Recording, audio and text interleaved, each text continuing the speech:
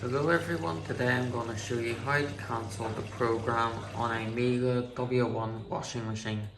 So while the program is running, turn the dial to the off position, turn the dial back to cottons. It doesn't matter what cycle it's on, turn it to cottons. The machine will come up saying cancel, yes or no. Whenever it shows yes, press OK, and the machine will drain out the water and cancel the cycle.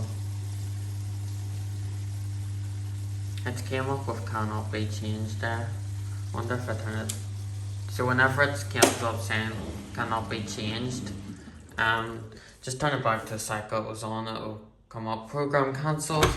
Open the door, and that's how you cancel the cycle on a Miele W1 washing machine.